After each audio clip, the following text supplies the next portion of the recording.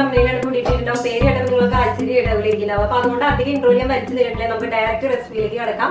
Chunks റൈസും അതുപോലെ ബൂന്തി ചിക്കനും ആരും അങ്ങനെ ചെയ്ത് കണ്ടിട്ടില്ല. നിങ്ങൾ എവിടെയും തപ്പാനായിട്ട് പോകണ്ട. ഞാൻ യൂട്യൂബിൽ കുറെ നോക്കി ഈ ബൂന്തി ചിക്കൻ എന്നുള്ള റെസിപ്പി ഉണ്ടോ ഞാൻ കണ്ടില്ല കേട്ടോ. ഇനി ഉണ്ടെങ്കിൽ അറിയില്ല. ഞാൻ കുറെ നോക്കി. അപ്പൊ നമുക്ക് ബൂന്തി ചിക്കൻ ഉണ്ടാക്കാൻ തുടങ്ങിയാലോ. അപ്പൊ ആദ്യം ഒരു ഫ്രൈ പാൻ ആണ് ഞാൻ എടുത്തേക്കുന്നത്. മൺചട്ടി ആകുമ്പോൾ ചിലപ്പോൾ അടിക്ക് പിടിക്കാനുള്ള ചാൻസ് ഉണ്ട് ഇതിന്.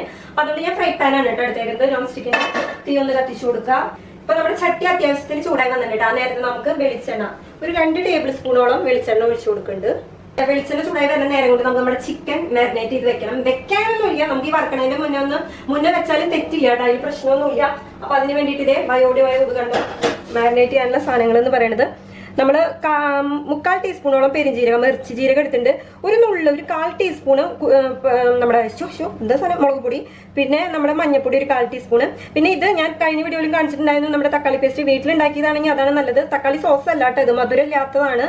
തക്കാളി വേവിച്ചിട്ട് വെള്ളം വറ്റിച്ചെടുത്തേക്കുന്നതാണ്, കുരുവും തൊലിയൊന്നും ഇല്ലാതെ. അപ്പം അത് ഒരു ടേബിൾ സ്പൂൺ ഉണ്ട്.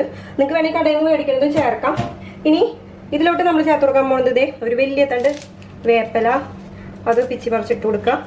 ഇനി നമുക്ക് നമ്മുടെ മസാലയിലോട്ട് കുറച്ച് ചുമന്നുള്ളി കുരുപുരാന്നൻ അരിഞ്ഞ് വെച്ചിട്ടുണ്ട് കേട്ടോ. ഇതിപ്പോ ഒരു പിടിയുണ്ട്. ഞാൻ പകുതി ഇതിലേക്ക് ഇട്ട് കൊടുത്തു. അതിന് ശേഷം ഞാൻ ആലോചിച്ച കാണിച്ചില്ലല്ലോ എന്ന്. അപ്പൊ അതേ ഒരു 1.5 പിടിയോളം ചുമന്നുള്ളി എടുത്തിട്ട് ഇതേ കുരുപുരാന്നനെ മുറിച്ചതാണ് കേട്ടോ. അത് ഇതിലേക്ക് ഇട്ട് കൊടുക്കുക നമ്മുടെ മസാല തയ്യാറാക്കാനുള്ളതിലേക്ക്.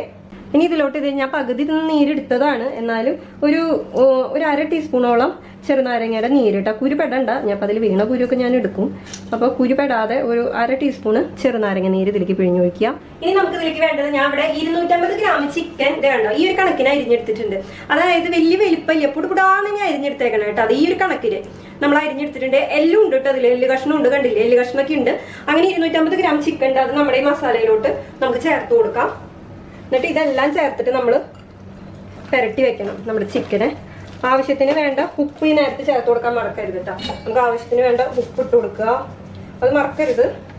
എന്നിട്ട് നമ്മുടെ കൈ വെച്ചിട്ട് നല്ലോണം മസാല മുളക് പൊടി ഇപ്പം അധികം ഇടരുതെന്ന് പറഞ്ഞതിന് കാര്യമുണ്ട് കേട്ടോ. ഞാൻ കാണിച്ചു തരാം. അത് നിങ്ങൾ വീഡിയോ കാണുമ്പോൾ നിങ്ങൾക്ക് മനസ്സിലാവും ഇപ്പം അധികം മുളക് പൊടി വേണ്ടാന്ന് പറഞ്ഞാൽ എന്തുകൊണ്ടാന്ന്. അപ്പൊ ഇതേ നമ്മുടെ ഇത് ഞാൻ മസാല തേച്ചെടുത്തിട്ടുണ്ട്. ഞാൻ കുറെ ആൾക്കാർ സംശയം ഇഞ്ചി വെള്ളുള്ളി വേണ്ടേന്ന്. വേണ്ടവർക്ക് ചേർക്കാം. എല്ലാത്തിലും അങ്ങനെ ഇഞ്ചി വെള്ളുള്ളി വേണം നിർബന്ധമൊന്നുമില്ല. നിങ്ങൾക്ക് ഇഷ്ടമായി നിങ്ങൾക്ക് ചേർക്കാം. ഇതിലേക്ക് ഞാൻ അങ്ങനെ ആ ഒരു ചുവ എനിക്ക് ഇഷ്ടപ്പെടാറില്ല. അപ്പൊ അതുകൊണ്ട് ഈ ഒരു സ്ഥലത്തിൽ ഞാൻ ഇഞ്ചി വെള്ളുള്ളി ചേർത്തിട്ടില്ല. അപ്പൊ ഈ കണക്കിന് കുഴച്ചെടുത്തിട്ടുണ്ട്. നിങ്ങൾക്ക് ഇത് വേണമെങ്കിൽ കുറെ മണിക്കൂർ മുന്നേ ഫ്രിഡ്ജിലൊക്കെ ആക്കി വെക്കാം. ഇതിപ്പോ ഇല്ലെങ്കിലും കുഴപ്പമൊന്നുമില്ല. നമ്മൾ ചെറുനാരങ്ങ നീര് പരട്ടിയുണ്ടല്ലോ. ഇനി ഇത് നമുക്ക് നമ്മുടെ ഇവിടെ ചൂടാക്കി വെച്ചിട്ടുള്ള നമ്മുടെ വെളിച്ചെണ്ണ ഉണ്ടല്ലോ അതിലേക്ക് ഇപ്പൊ തന്നെ ഞാൻ ഇട്ട് കൊടുക്കാണ് കേട്ടോ.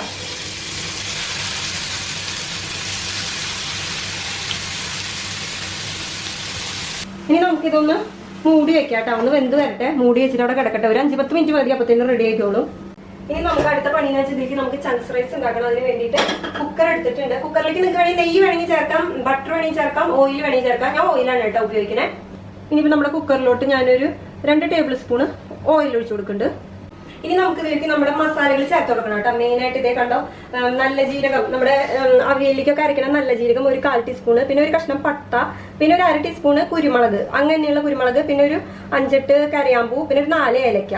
അത് നമ്മുടെ ഓയിലിലേക്ക് ഇട്ട് കൊടുക്കാം. ഇതിപ്പോ നമ്മുടെ ചിക്കൻ ഇവിടെ ഒരു 5-10 മിനിറ്റ് കഴിഞ്ഞ് 5 മിനിറ്റ് ആയിട്ടില്ല കേട്ടോ. അതിന്റെ മുന്നേ തന്നെ കണ്ടോ ഒന്ന് ഇളക്കിയിട്ട് കൊടുക്കുക. നിങ്ങൾക്ക് ഇത് മറക്കാൻ ഇങ്ങനെ ബുദ്ധിമുട്ട് വരും. നമ്മുടെ ഈ കക്കിറച്ചി പോലെ ഉണ്ടാവും. അത് കക്കയുടെ ഇറച്ചി കണ്ടില്ലേ, കക്കിറച്ചി അതുപോലെ ഇരിക്കും. നമുക്കിത് മറക്കാൻ അത്ര മറിച്ചിട്ട് എളുപ്പം ഉണ്ടാവില്ല. അപ്പൊ അതൊന്ന് ഇളക്കിയിട്ട് കൊടുക്കുക.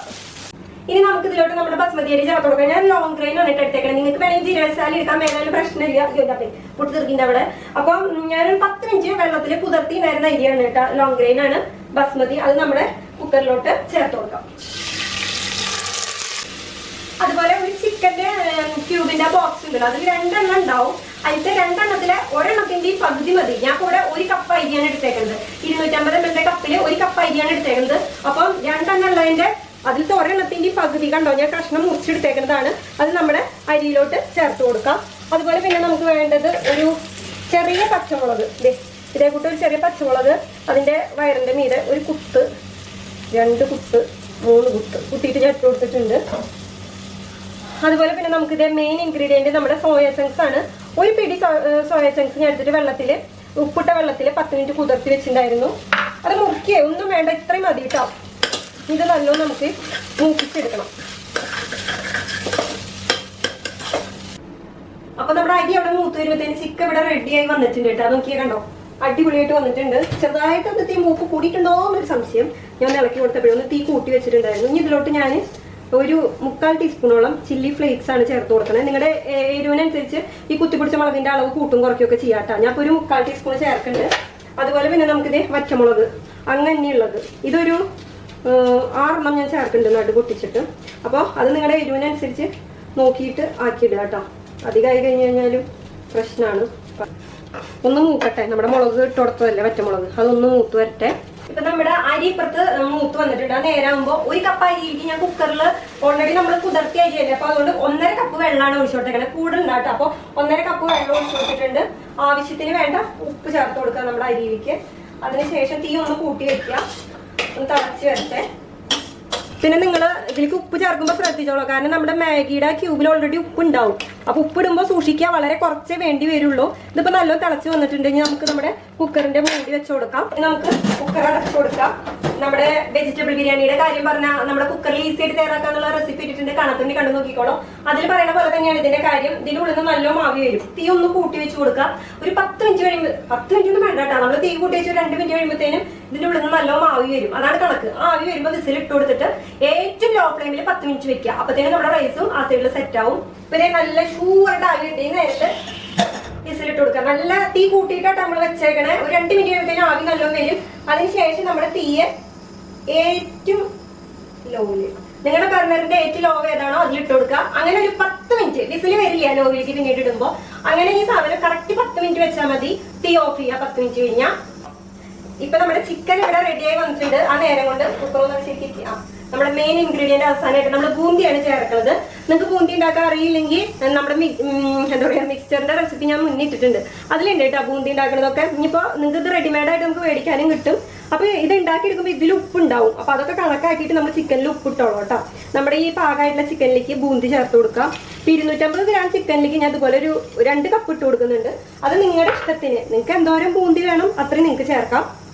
കണ്ടോ, നിങ്ങൾക്ക് ബൂന്തിയുടെ അളവ് വേണമെങ്കിൽ കുറയ്ക്കാം. ഞങ്ങൾക്ക് ഇത് ഈ ചിക്കൻ്റെ കൂടെ കടിച്ച് തിന്നാൻ ഭയങ്കര ഇഷ്ടമാണ്. അപ്പോൾ അതുകൊണ്ട് ഞങ്ങൾ ഇത്തിരി അളവ് കൂട്ടിയെടുത്തിട്ടുണ്ട്.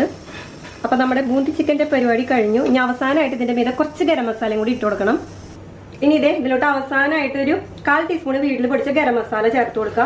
പിന്നെ ഇത് ചാടിക്കൂടും. പിന്നെ നിങ്ങൾക്ക് ഇതിൽ ഒരു മെയിൻ കാര്യം നിങ്ങളോട് പറയാനുള്ളത്, ഈ ബൂന്തി നമ്മൾ കടയിൽ നിന്ന് മേടിച്ചാൽ അധികം ചേർക്കണ്ട കേട്ടോ. കാരണം കടയിൽ നിന്ന് മേടിക്കണേക്കാട്ടി സ്വാദ് നമ്മുടെ വീട്ടിലെ കടലമാവ് കൊണ്ട് ഉണ്ടാക്കുന്ന ബൂന്തി ഉണ്ടല്ലോ, നമ്മുടെ മിച്ചറിലേക്കൊക്കെ, ആ ബൂന്തി ആയാലാണ് ഇതിൽ കറക്റ്റ് സ്വാദ് കിട്ടുള്ളൂ.